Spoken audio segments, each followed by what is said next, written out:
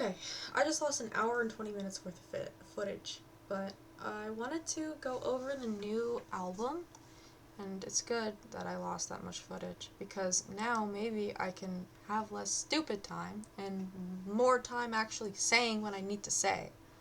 So an hour and 20 minutes is a lot of time. Okay, so I wanted to start off on Love to Death. This song... Why is it doing that? Whatever. Originally, this song was released as a demo. It's very good. The new version is a lot better than the original. I used to listen to a lot of the originals. I thought they were kind of, I thought Love to Death was lackluster. It was missing something, and I could see why it was left in the dust. This version of Love to Death clearly, it revitalizes the song and gives it a reason to live. I love this song. This is probably the best song on the album, and it is the reason why I say that this album has the same structure as Eureka. It's got a banger intro. It's got filler in the beginning, just like any good Mother song or album. And the last half is just banger after banger. So, this album released about half a month ago, I want to say. Maybe 3 weeks ago. Maybe, I don't know. I'm bad at time. But Love to Death is a really good song. In fact, so good that it makes you replay the album just to get to hear Love to Death again. It's right out the gate. It's very bold. It's that chord, sorry. I know little to no production terms. I basically know none. And so I'm going to be saying I like the production as a substitute for saying something I would have been saying. I'm a visual artist, so I kind of equate the way I listen to the way I draw. What I think about when I think about drawing is a lot of the times what I think about when I when I think about listening. When I listen, basically. Love to Death is a very good song. It's very catchy. Has that mother flair. It sounds a lot like the older albums. And it makes sense why, because it's an older song. It's a resurgence. It's redone. My amp is doing stupid stuff. Just ignore it.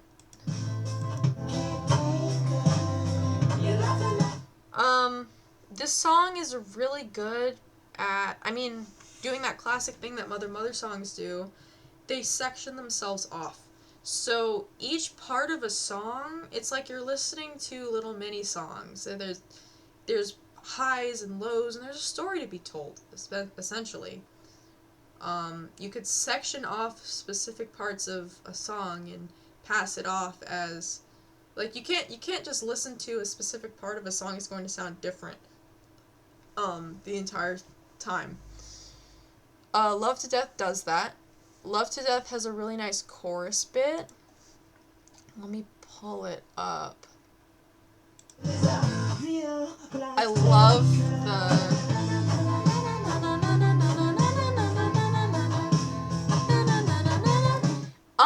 this was in the last song, the demo version of the song. It's phenomenal. Loved it a lot. I love the back and forth between Molly and Jasmine, and the way it just makes the rest of the vocals sound great. I love their background in this part.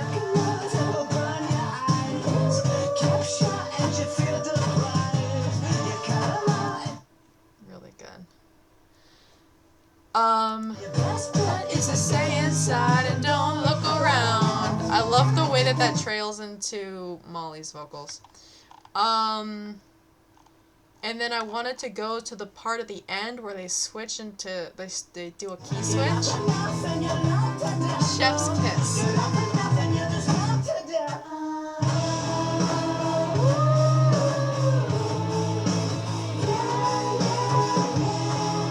Wait for it. It's so good.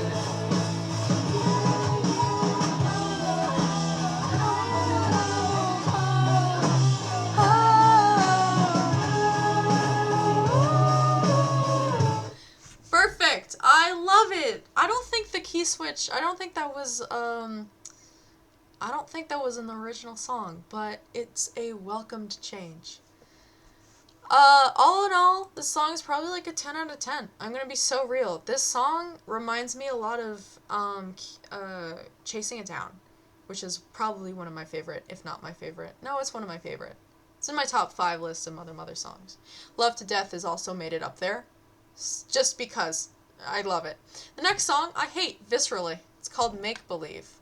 Lyrically, this song is hot garbage. It gets nothing across and doesn't really say anything. Besides, oh, what does it say? Let's bring up the lyrics. Sorry my amp does that, by the way.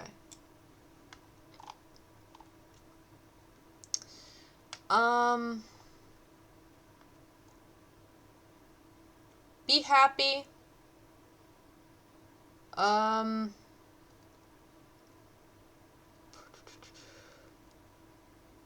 Said that we don't grow to be dead, but instead we're just some thread of consciousness. It's basically a rationalization of the meaning of life, and to be happy, and to live in that rationalization because, and I hate it. I hate it viscerally. I'm an unhappy person, but that's gonna change because of some other opinions I have on some other songs in this album. This just isn't it. The entire album is littered with I believe in make-believe, I believe in make-believe, I don't believe what they believe. It's very pick me, it's very I'm special, it's very you know, no offense. But it just doesn't hit for me. Like, nothing gets established throughout the entire song. It's all just, I'm like a little bit mythicalistic, always on about that mythical shit. I'm taking blah, blah, blah, blah, blah, blah, blah. That's the whole song. There's no point. The lyrics have zero depth. And I'm gonna play this also for you.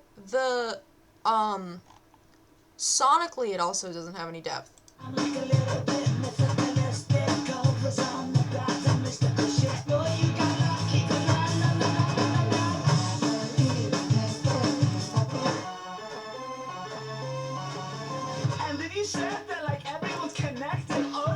I don't know if you could hear it throughout that, but if you actually listen to the song, you can definitely tell something's missing. Something is missing sonically, something's missing lyrically, something's missing vocally, honestly, especially towards this part. He has a cringy drug line.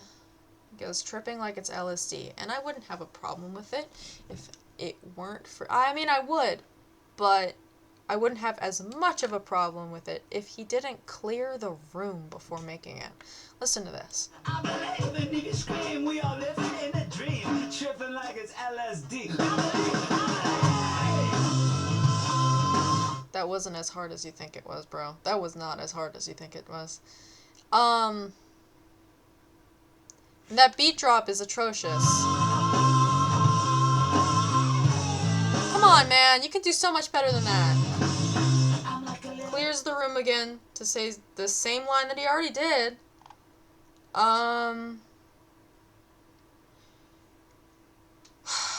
There's this one part, I believe in the Olympians, and then he immediately skips like a couple of bars.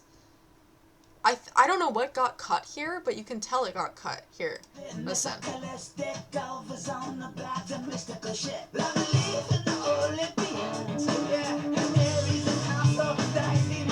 What the fuck got cut out? What got cut out? I genuinely don't know.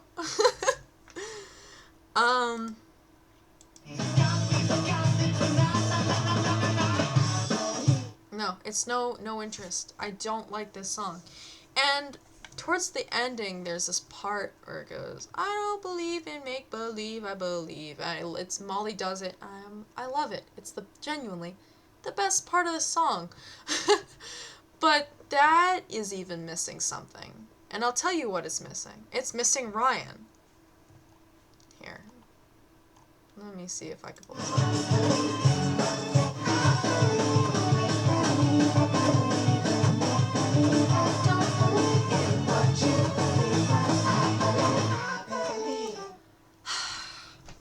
Do you see what I mean?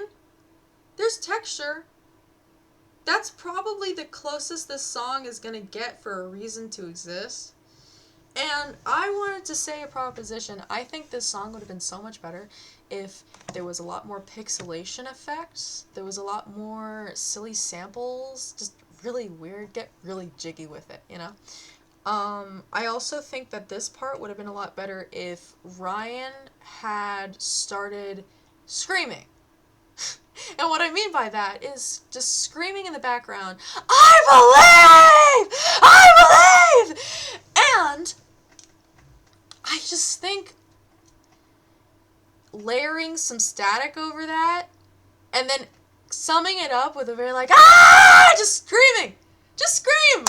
It would have made the song so much better if you would have extended this part. Not even added this part.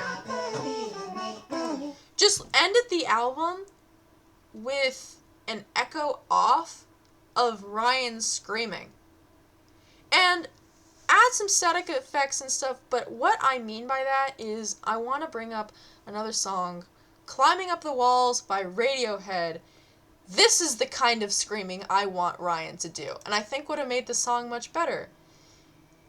All around, Climbing Up the Walls by Radiohead doesn't really have too much of a reason to exist either. I mean, this is the song. I wanted to single out the ending though, because it's probably one of my favorite endings on this album, on OK Computer.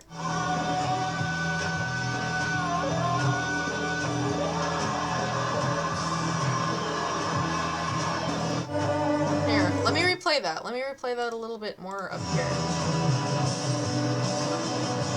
You can kind of get the context.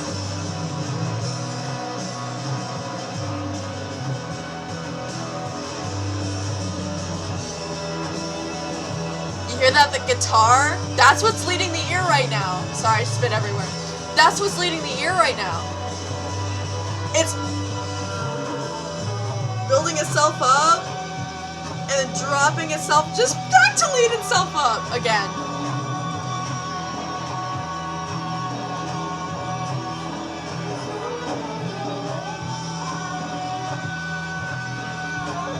And then listen to Tom York. That's what I want Ryan to do. That's what would have made this song so good. Is if he would have just started screaming with that static behind it. And then still have the focus on Molly. Don't make him the focus. Make him the focus when Molly stops and then let him trail off. And just cut it short and then let the echo continue the song. All in all, mid-song, super missing everything. It pisses me off. It's like everything is slightly wishy-washy, like production-wise. Everything is mid, and it pisses me off. Next is Station Wagon. Great song. God, I wish it didn't do that. Sorry, not the song. My speakers are stupid. But Station Wagon.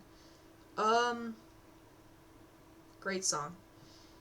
I highly encourage anybody to listen to this. This is a really, really, really good song. It's very well produced. I definitely know what I'm supposed to be focused on. It sounds like early Touch Up. Like, it sounds like Touch Up. It does. It sounds like Eureka and Touch Up, and the Sticks especially. Very American Gothic vibe. All in all, the lyrics are also really good. They keep it terse. Just like On and On, they keep it really short and terse. And it's about in my opinion, the song, I take it as a reduction of the ego and a reduction of the mind, to bring it down. Bring yourself down to just the present. Just to drive, you know? Just to go. Just to to drive off and to really get in a station wagon and forget everything else. Fuck the future, fuck the past. Sonically, great album. Sonically, it's very somber, melancholic. I think that's very much Mother's strength. That's what brought so many people in, is with Touch Up and with stuff like that. Station Wagon is one of my favorites. Here, let me... All packed up in a station wagon. Blood and guts in a station wagon. Drive my ass to the edge of the station. I love that. Very good.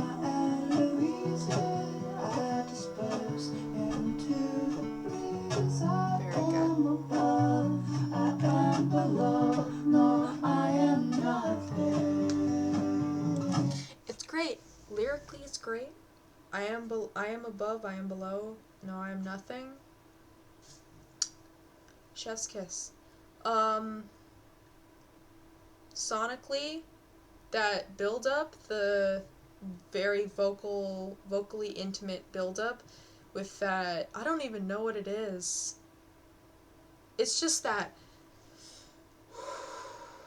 it's such a nice breath of like fresh air. It's, I think, I don't know. But midway through the song, we get a sort of stomp, holler, clap. Not really stomp, holler, clap, but we get that bold kick drum that we get in a lot of this album.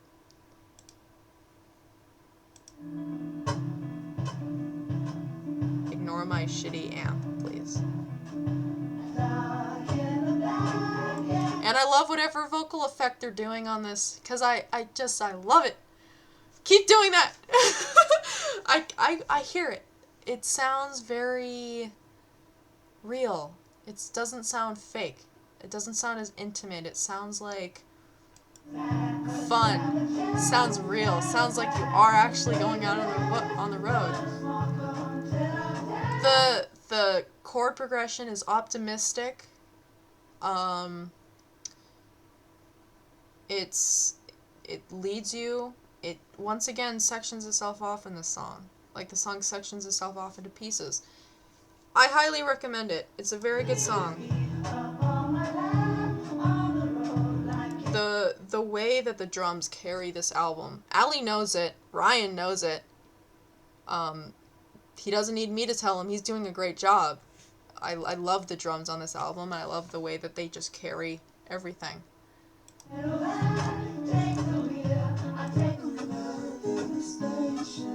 Very intimate. Tell me that ending isn't the most touch-up, sort of, oh my heart ending of all time. It's a great song.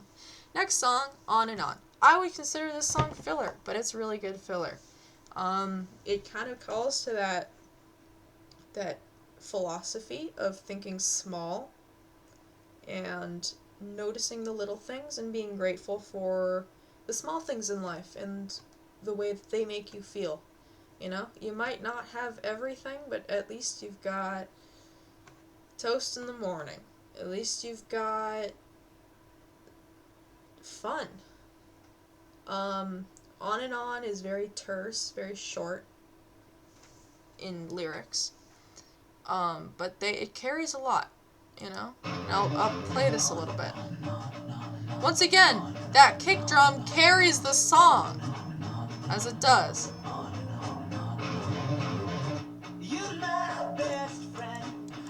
Let him get into it. I just said that, and then he completely made a liar out of me. It comes in later. It's formulaic.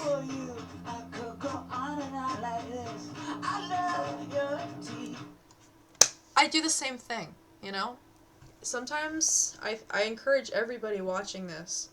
Whenever I feel depressed, whenever I feel suicidal, whenever I feel like I'm out of control, what I do is look at the little things, honestly. And I know it sounds so stupid. It does. But Who said optimism was gonna be, like, easy? So, anything like, what do you surround yourself with? You know, what do you love? What's something right now that I feel happy about? Like, I'm grateful for this album, that I have this on CD. I'm grateful for the top of my dresser and the way that I decorated it. I think it, like, is very reminiscent of the things I like in life. Let me think. What else do I like? I like my cat. Where is she? She's right there. I like these fabrics that I got at Long Beach Flea Market. I really love the patterns. They're cute. Just these little things. And to point it out about a person and about someone, it really brings up your spirit to them. Just anything that you really love. Like, I love it when it's sunny and it's a windy day.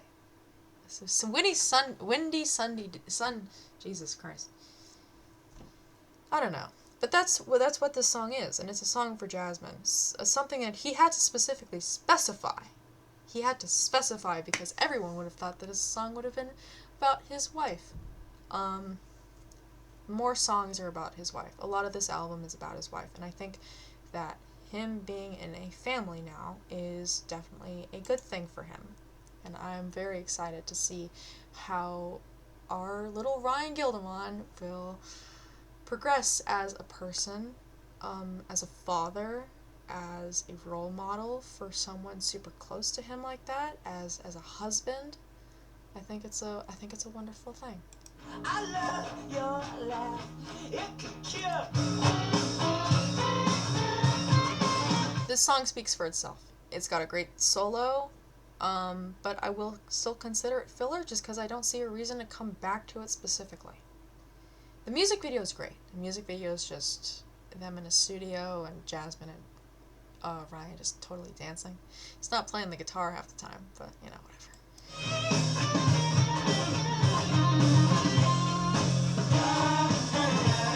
It's a beautiful song. Next is Better of Me, a song I'm kind of confused about.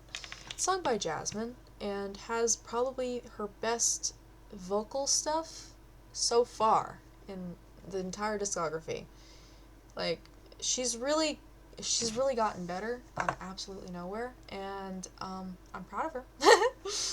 But I'm confused as to why she's singing on Better of Me. Maybe I just don't know the meaning of the song. It's kind of confusing to me a little bit.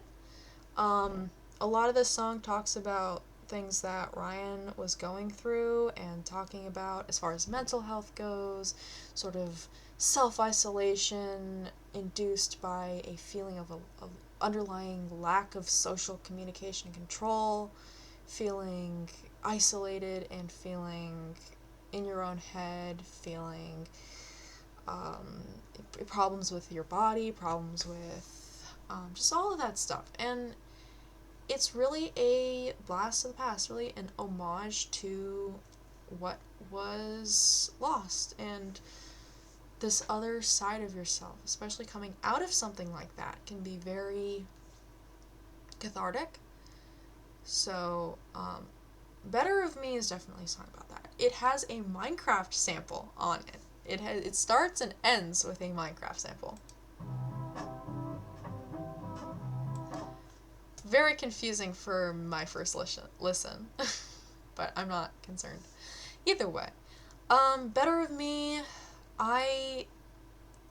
it's basically kind of like an apology, I would assume. So, maybe. I miss you. Let me think.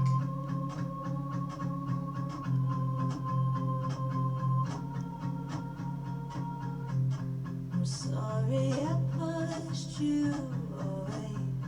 I guess I just want... Yeah, no, honestly,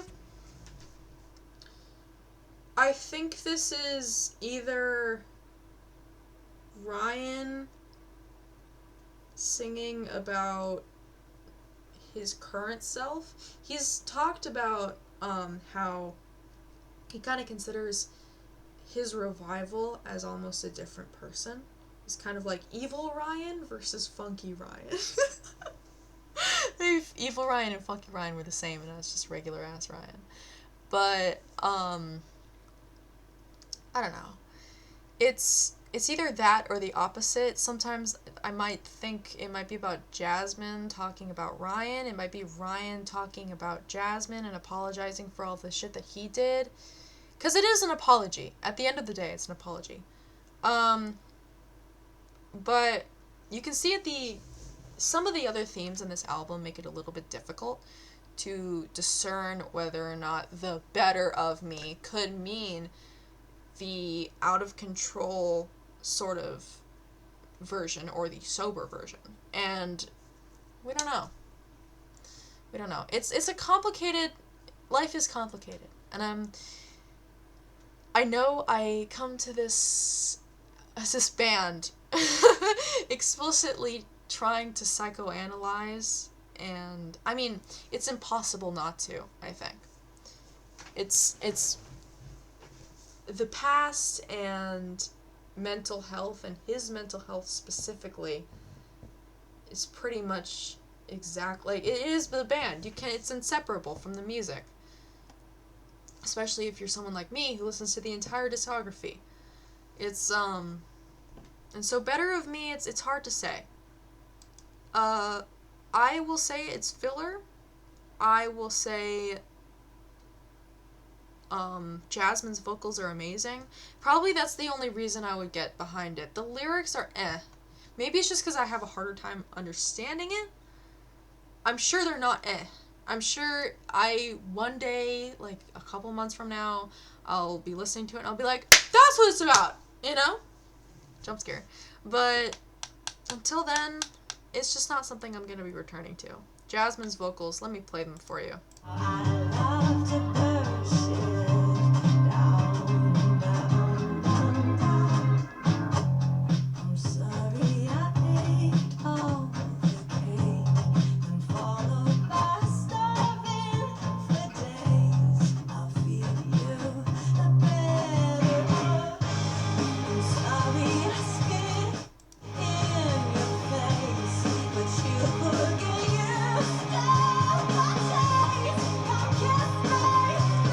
She's phenomenal. Let me play up to the...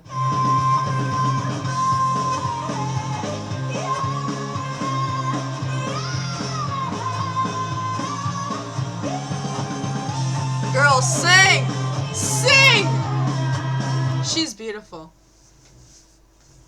Her voice is beautiful. I don't know what she did. I don't know what happened. Was she withholding this the whole time? Could she have done this the whole time? Is she taking vocal lessons? I don't know. It's really good. She's been practicing. Next song, Namaste. Really great song. Very somber. Kind of a rebuttal to the last song. It's basically saying the whole point of Namaste is validating the idea and the philosophy of living with the pain if it's inseparable, I think, from yourself. Your sense of self. This is something not to get too personal, but I definitely struggle with this. I have this fear that 20 years from now, if I'm in a better place, and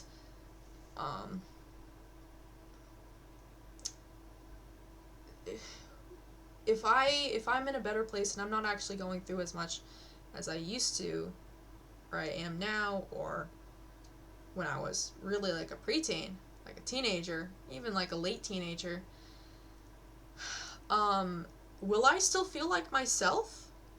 Well, how ingrained is pain and is trauma into one's sense of self? And Namaste is kind of a validation that you don't have to necessarily get 100% better. It's not about that. It's about okaying the things that happened and remaining okay with and finding better coping mechanisms to deal with the shit that's going on right now in your life. It's a great song. It sort of, I think lyrically, again, it's not as good as it could be. It really isn't. But the message is phenomenal. The message is beautiful. The message is definitely something I personally needed to hear. It relates one's philosophy to Buddhist monks and the sort of like, oh, let's heal what we have, and let's separate ourselves from the brain, let's separate ourselves from the chaos, which a lot of like is a very Buddhist ideology, and saying that it doesn't have to be, you don't have to do that to be okay. And I just think, you know, at least the lyrics should be looked at. Sorry for my speaker again. Here, let me. From the prison of the brain, and they whisper namaste, some little thing they like to say. Man, I've tried to reach that place, but I just stay, and I have ruled this okay, 'cause I find value in pain. That's basically the entire song. It's about finding value in pain and finding solace in grief. Great song, great message. I think everyone should listen to it. Finger. This song will piss people off. I've heard a lot of shitty takes about Finger. I've heard a lot of people saying, that's a weird song. That's a stupid song. Why does it start out like that? That's really sus. Meh, meh, meh. Gooner behavior. Guys, this is not the first time he's made a song like this. And everyone knows that. I mean, he's made songs about getting freaky. He's made so many songs about getting freaky. This is not his most freaky song. It just starts out freaky. It's made to hook you, and it has. It started a conversation. That's exactly what it was supposed to do. But Finger is probably one of my favorite songs in this entire album. I love it to death. No pun intended. I just love it. Sonically, it's so textured. It knows what it's doing. It pins itself apart. It's overstimulating, but in a really good way. It's supposed to be overstimulating, you know? It's silly, it's goofy, it doesn't take itself too seriously. But it starts out, the opening line, I shouldn't even have to...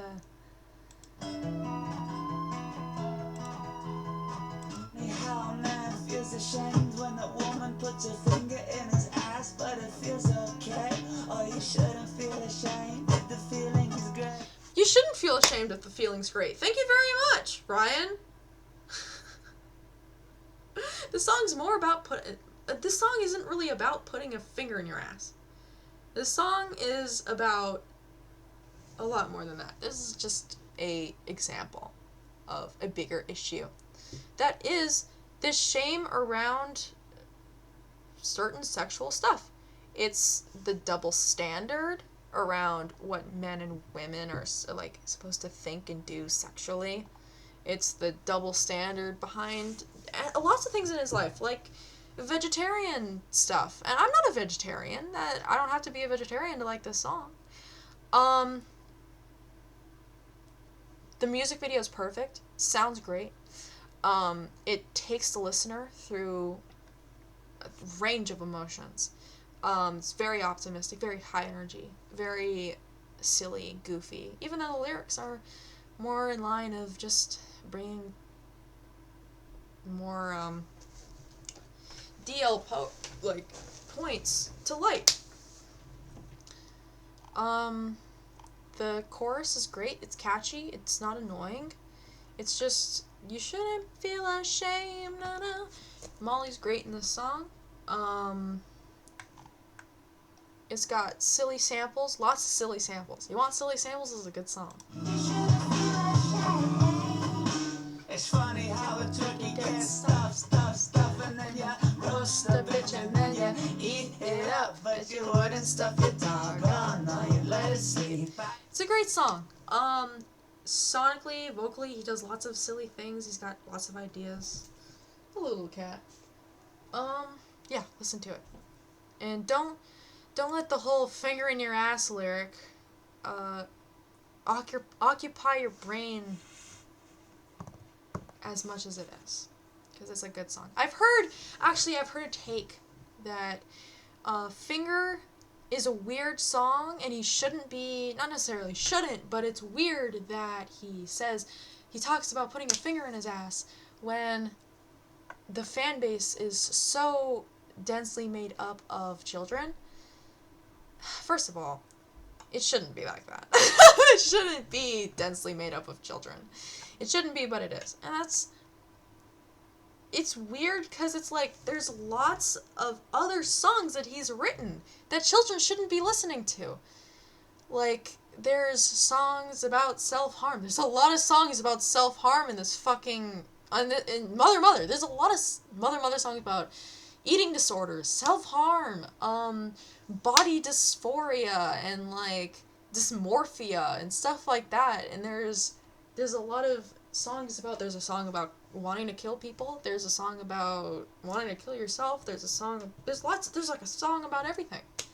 It's about mental health. It's about his mental health. And just because he's been through something... Dude, he wrote a song about jorking it. He wrote a song about depression and jorking it. It's called Happy. It's on The Styx. It's a great song.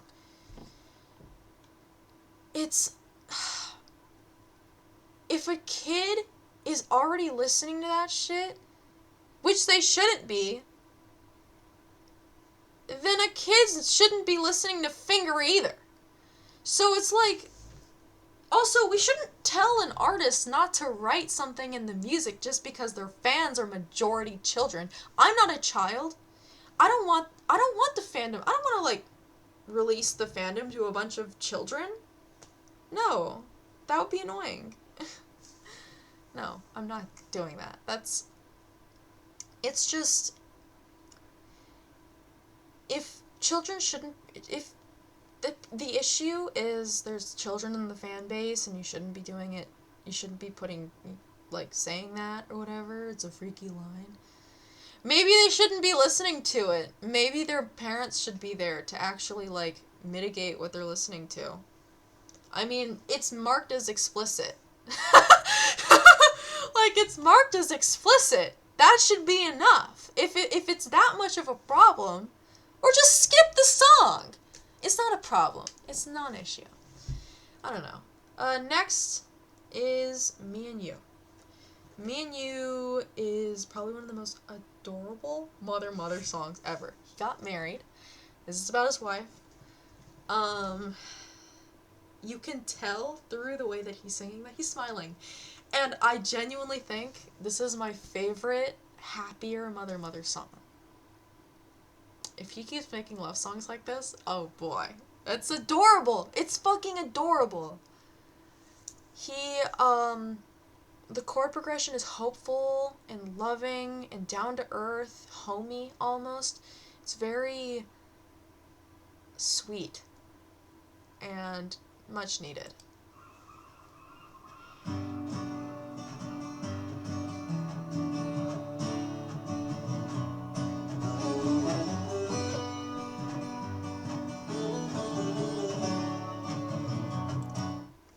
Just listen to that. That's adorable. Guys, that's fucking pretty. That's so cute. That's so cute.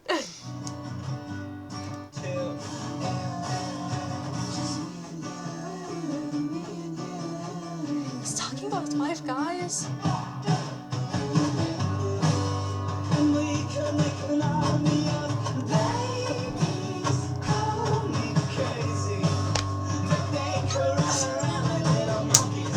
It's so cute, guys! It's so cute!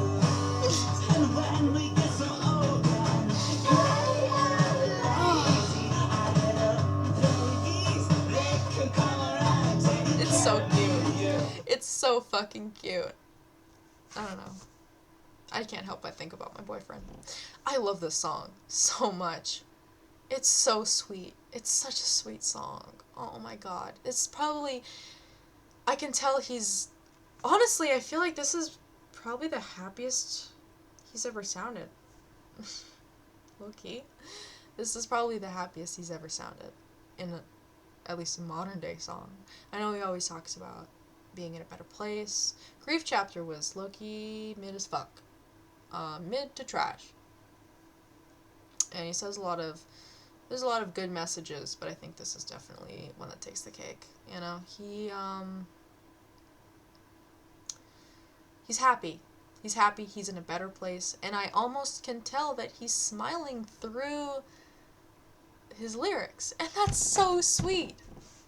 Okay, next is immediately shattering all of that happiness with Little Mistakes. I theorize that this song is either about a miscarriage or most likely an abortion. It's sad. It's sad, and it's a very good rebuttal to Me and You. It's sonically, they fit together, they're like sister songs. The song talks a lot about something they weren't ready for.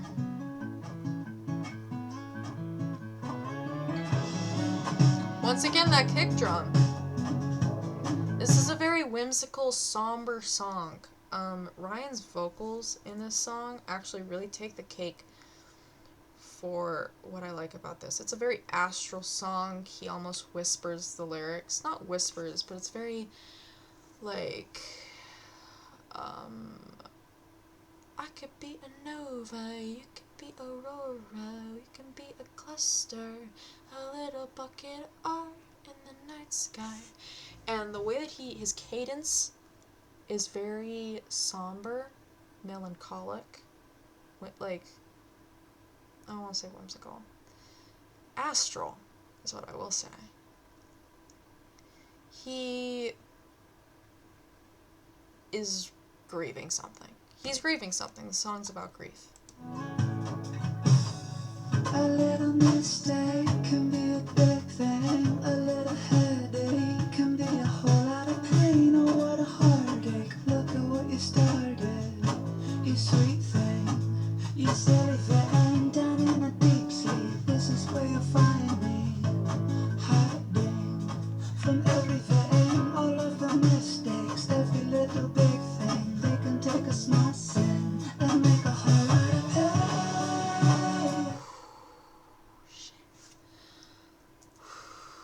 That sweet release. That build up and that sweet fucking release, dude.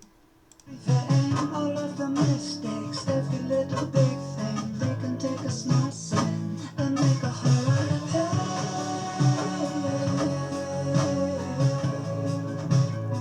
It was a little mistake.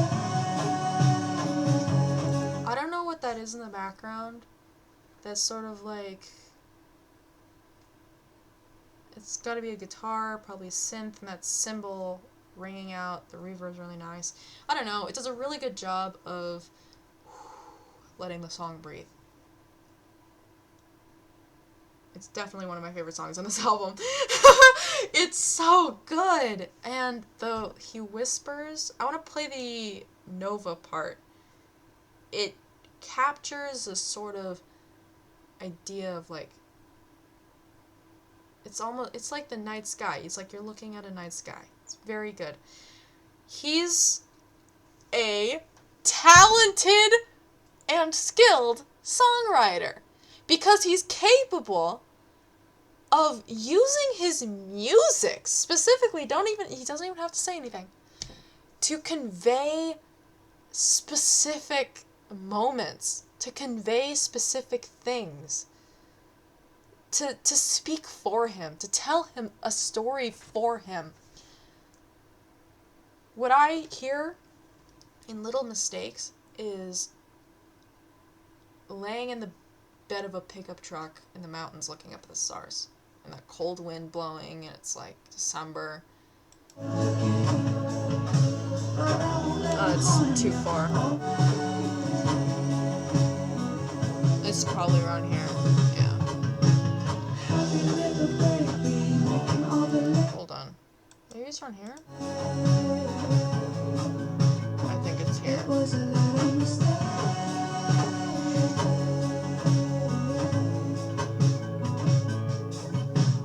I could be a nova, you could be aurora, we could be a cluster, a little pocket of art in the night sky without all the lifelike, a dislike, a respite from all the mistakes. But you hear that, and then you equate the rest of the song. Like, I heard the lyrics, and I said, that's exactly what that is. That's exactly what this song, like, what it is sonically. It's made to sound like you're looking up at the night sky in the back of a pickup truck. It's beautiful. It's romantic. It's touching. It's sad, somber, melancholic. It's beautiful. I love it. Give it a listen. At the very end, he whispers something.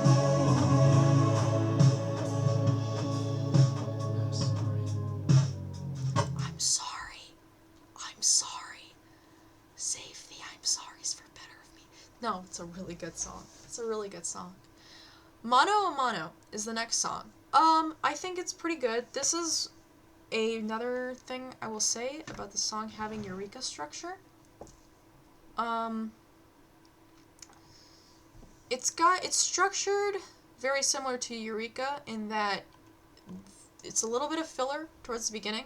Starts off with a great song, great ending, great last half of the album, but it's got a couple filler songs in the ending. But you can't leave those out because the rest of the ending won't be as good.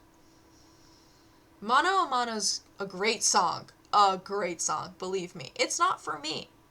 But I think what I've chalked it up to is kind of, what does it mean to be a man? What does the, not even just socially, but evolution, biologically, what is a man's duty? What does that duty of a man's duty, how does that interfere with a man's mental health in today's day and age?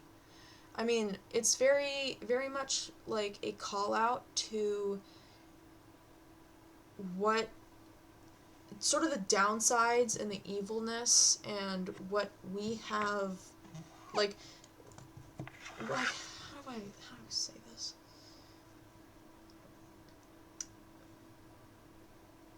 It's a call out to the dark side of something that we've glorified for so long. We've told men, and men have been told, and men have had to keep their feelings to themselves and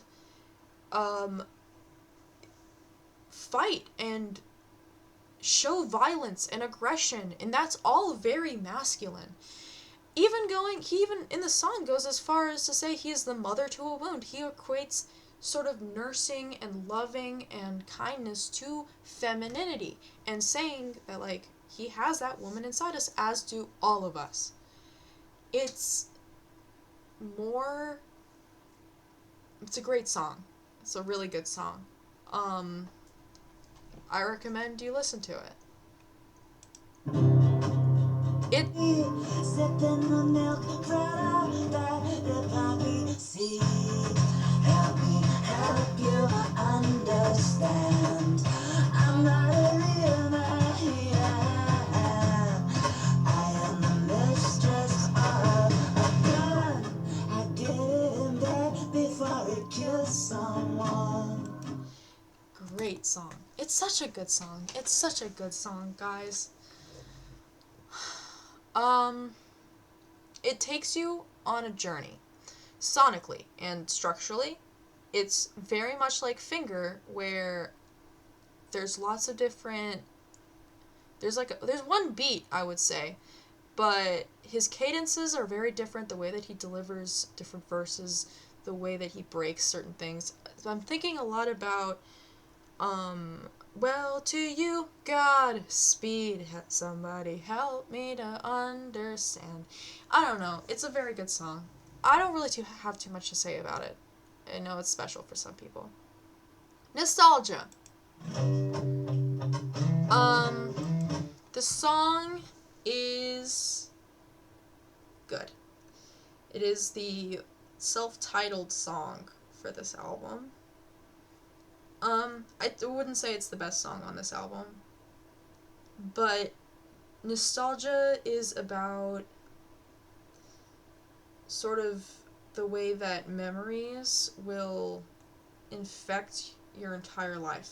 You'll see a plate and you'll be like, damn, and think about your mom. Or you smell something and it's about wanting to hold on to memories. I mean, it's about that urge, especially in today's age where nothing really feels like home, I think. There's this overarching feeling today that a lot of Gen Z and millennials carry where the world around us slowly feels less and less like home. And so hanging on to nostalgia is a very nice thing for us. He talks about, in the beginning of the song, he mentions, I was skinny, almost sickly, I could fly. And I believe that this is a cater back to Namaste, better of me, sort of.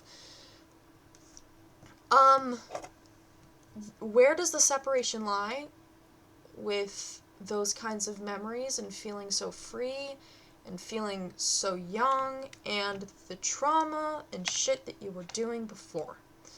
I get this a lot. Again, I don't want to get personal, but it's very much something like... And I actually have 2 candles, because he does mention nostalgia steals the scent of a candle. I agree with that. This is why I still have these, despite the fact that they're so low they don't even light. But, yeah, no, it's definitely like, where do you draw the line? Where do you draw the line? And is it okay to draw a line? Do we have to draw a line, or can we just live with that and say that pain is part of the past? It's a good thing to think about. So I'll play a little bit of nostalgia. I'll also say this song does a really good job of sonically telling another story, just like Little Mistake. It proves that he knows what he's doing, guys. It proves that he's very, very, very talented. Much more talented than I could ever be. Maybe. I don't want to say that, but I'm much more talented than I am. That's for sure. It's much more talented than a lot of musicians these days. I'll play a little bit of the ending of Nostalgia, because I think that's the best.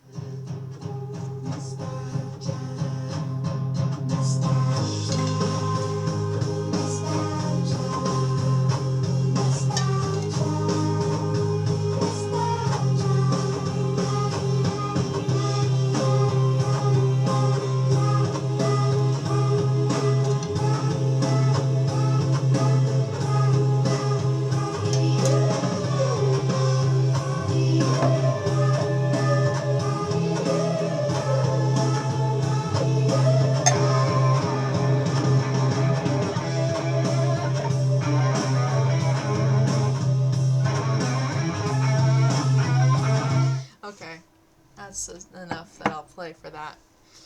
That entire latter half. I wanted to say 2 things. One thing being that there's no way you don't hear a falling down of memories in that. A falling down of a clusterfuck of memories and past mistakes and beautiful memories of terrible times that shouldn't have existed, but you have good memories of them, and you can't hear that without, like, immediately thinking of that. He doesn't even say anything. Even that guitar, listen to that. It's just, it's got positivity, it's got grief, it's got anger, it's got so many memories, and just Molly going, yeah, yeah, yeah, yeah, yeah, yeah, yeah, yeah. How do you do that? How do you pick the notes? How do you pick what you're gonna do? How do you know that? How do you just think of a feeling and convey it sonically so well? It's astounding to me. It's a beautiful thing. It's a beautiful mind. It's a beautiful brain that can come up with something like that. It goes to show that we as a species should never discount or discredit the process of art and the meaning of art. That's beautiful. I want to listen. I'm going to show a little bit more of the guitar, because it's, and I want you to think about what, it's just that overrush of memories, and that feeling of how infesting those memories and those bad memories, that trauma is, with good memories and with yearning and with grieving and all of these, like, just a clusterfuck of emotion and nostalgia. Just listen to this guitar.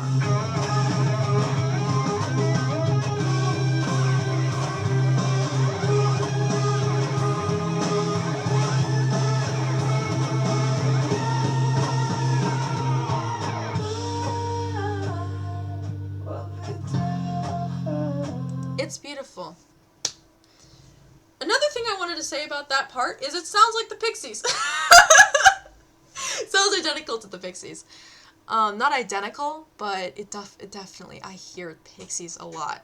I mean, I could make an entire video just based off of Mother Pixies references that I've picked up on. But this definitely sounds like the Pixies. I don't know. But I would like to ask him about that. That's, if I ever do another meet and greet, if I ever ask him about this album, I want to say, did that one part of nostalgia, was that based on the Pixies? Because it does sound like the Pixies. Alright, To Regret. It's the next song, the last song. It's Molly's song. Lyrically, lacking a little bit, but sonically, pretty good. It's just piano. Ignore my shitty... It's about regret. It's about thinking regret and finding solace and being okay with regret and giving meaning to regret, despite regret not necessarily being the most positive and friendly of emotions. Because without regret, you wouldn't be yourself. You wouldn't have you wouldn't have the wherewithal to know what and what not to do. At least you're regretting them, you know? at least what you regret what you did. It says a lot. It's a beautiful song. It says a lot. The lyrics don't really say too much. Do what I say. Sorry for my fucking amp. I'm gonna go till about halfway.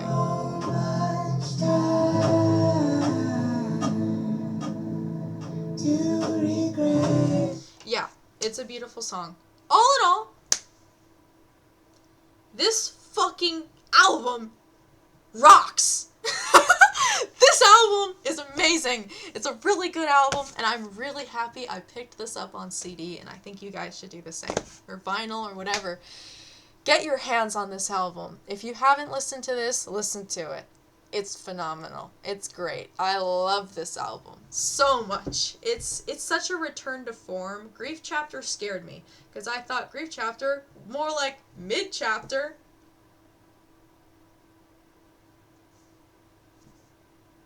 It's a mid-album. I'm sorry. It was a mid-album. I didn't like when it released. I thought it was cool. They released majority of the songs on, not majority, but they released like a third of the songs on as a single for Grief Chapter. And so it just spoiled a third of the album. By the time the whole album came out, I literally skipped Normalize on the first listen through because I'd already heard enough of it. And that's bad. Yeah, don't do that, guys. Don't.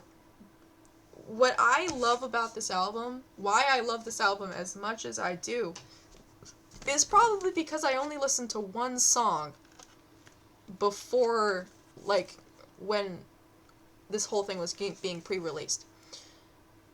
Make Believe was the only song I heard before the album released. I think they released Finger, too. I think that was the only singles they released? I don't know. It was Love to Death, Make Believe, and Finger. 3 out of 12 is 25%. A lot less than before, but still a large majority. I think that Mother Mother should stop releasing so many singles. God forbid I hear a song in an album for the first time. I think, I don't know. But, yeah, I'm very grateful for myself for not listening to the other 2 singles. I told myself when Grief Chapter released that my one mistake was listening to all those singles as much as I did. They were so overplayed by the time the album came out. I didn't like the album. And even now, like, things like Explode, it seems corporate. It feels corporate. It feels mass-produced and marketable and stuff like that, and it doesn't feel real. I can't listen to Grief Chapter anymore. There's some phenomenal songs on Grief Chapter. Forever is really good. A lot of songs. Head Shrink is really good. Head Shrink was stuck in my head. Shrink. But, yeah, no, there's some great songs on Grief Chapter. Grief Chapter as an album, mid as fuck. Sorry. This album, Grief Chapter had me scared for this album. And I hate to say that because I never should have doubted them. This album's amazing. This album is fucking amazing. Like, I will be coming back to this album. I will be coming back to this album. This album made me back into Mother Mother. It restarted my Mother Mother phase. Oops. I don't care. It's a good album. This is a really good album. One complaint, it's too short. And Make Believe. Make Believe's lacking. Make Believe is lacking a couple things. But it's lacking so much. It's lacking so many little things, it pisses me off a lot. He can do so much better. He can do so much better than Make Believe, and that's what makes me angry. This whole album's great. Give it a listen if you haven't. Pick it up on their store. mothermothersite.com. This is no promo. I'm just saying that I want to support this album. Alright. That's enough from me. See you. I'm gonna go do my homework and apply for colleges. Ta-ta.